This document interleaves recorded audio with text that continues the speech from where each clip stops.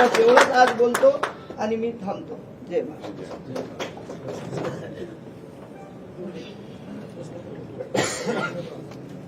आता तुम्ही ज्या तुमच्या भावना व्यक्त केल्या त्याच्यानंतर मला तर काही शब्द सुचत नाहीये. कारण मगाशी आपले जालेंदर भाऊ म्हणाले की ते खरं आहे, अनेक जण आपली शिवसेना संपवून निघाले, उद्धव ठाकरे संपवायला निघाले आणि तरी सुद्धा त्यांना एक प्रश्न पडला की एवढं सगळं करून उद्धव ठाकरे आणि शिवसेना संपत का नाही. तर त्यांना कळत नाहीये की सगळीच माणसं काही पैशाने विकली जात नाहीत. म्हणजे गद्दार पैशाने विकले जात असतील पण निष्ठावून विकले जाऊ शकत नाही.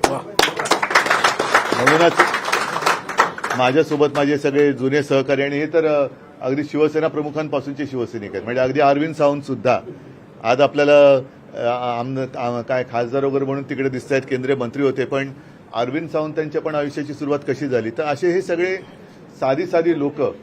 म्हणून मी नेहमी म्हणतो ना की काही जी मोठी आपण केली लोक ती गेली, पण ज्यांनी मोठं केलं ती मोठी करणारी माणसं माझ्यासोबत आहेत.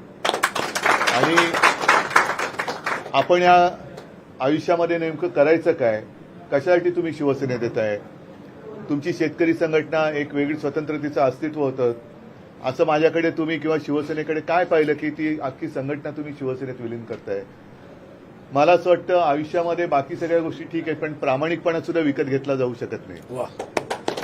मी प्रामाणिकपणाने अनपेक्षितपणे मला मुख्यमंत्री पदाची जबाबदारी स्वीकारावी लागली आणि माझ्या आयुष्यात एकच मुख्यमंत्री म्हणून नागपूरचं अधिवेशन एकच माझं झालं.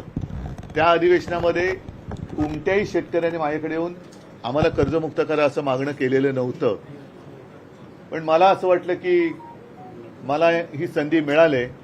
शेतकऱ्याला नुसतं झुलवत ठेवण्यापेक्षा जो शेतकरी आपला अन्नदाता आहे त्याचं काहीतरी आपण देणं लागतो. मी पूर्ण तर का त्याच्या आयुष्यामध्ये सुख समाधान आणू शकत नाही, पण मी जेवढं काही करू शकतो ते मी केलं पाहिजे.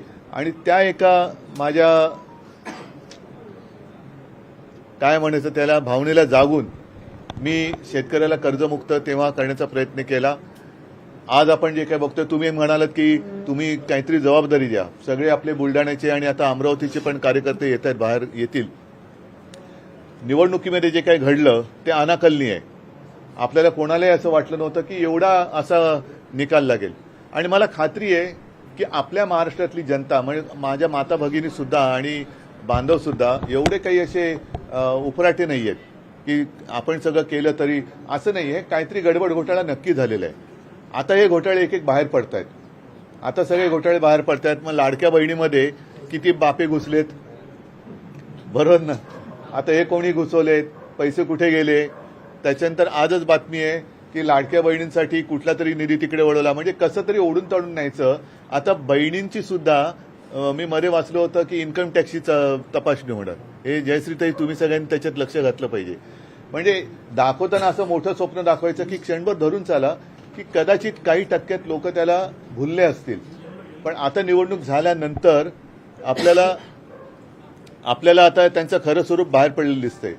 दुसरा एक महत्वाचा मुद्दा, मधल्या काळामध्ये आपण हा अकोला, बुलढाणा, अमरावती वगैरे इथे ट्रॅक्टर मोर्चा काढला होता शेतकऱ्यांचा कर्जमुक्ती. हे आंदोलन चालू ठेवलं पाहिजे. आणि या कर्जमुक्तीच्या आंदोलनाबरोबर गेल्या वेळेचं जे आपलं विधिमंडळाचं अधिवेशन झालं त्या अधिवेशनात विरोधी पक्ष हा वरचढ ठरला. आता सुद्धा संसदेच्या अधिवेशनात विरोधी पक्ष सळो की पळो करतोय, कारण मुद्देच तसे आहेत. आपण महाराष्ट्रापुरतं बोलायचं झालं तर पुराव्यानिशी आपण भ्रष्टाचाराचे त्यांना प्रकरणं दिली, पुराव्यानिशी दिली. आता पुराव्यानिशी दिल्यानंतर आपल्याला असं वाटलं होतं, कारण आपलं जेव्हा सरकार होतं आरोप केला की राजीनामा घ्या, आरोप केला की राजीनामा घ्या, या पद्धतीने त्यांचं काम चालू होतं. आता आपण नुसते आरोप नाही केले तर पुरावे दिले. पुरावे दिल्यानंतर आपल्याला असं वाटलं होतं, कारण देवेंद्र फडणवीसांनी एक ती समिती स्थापन केली, नीतिमूल्य समिती देरकर साहेब. आता ती नीतिमूल्य गेली कुठे. म्हणजे राजीनामे घ्यायच्या ऐवजी त्यांना समज दिली आणि समज देऊन कोणी किती काही गुन्हा केला. म्हणजे मग ते आता धुळ्याच्या रेस्ट हाऊसमध्ये पकडले गेलेले रोकड त्याची चौकशी थंडवली. थांबा, पाठच्या लोकांना दिसत नाही. हा सोड, अरे उंच आहेत ते. ठीक आहे. धुळ्याच्या रेस्ट हाऊसमध्ये पकडलेली रोकड त्याची चौकशी खोळंबली. बॅगा घेऊन बसलेले सगळे त्यांची चौकशी काही नाही. आता तर आज कार्टून आलेलं आहे की कदाचित रमी आणि 3 पत्तीला ऑलिम्पिकमध्ये आता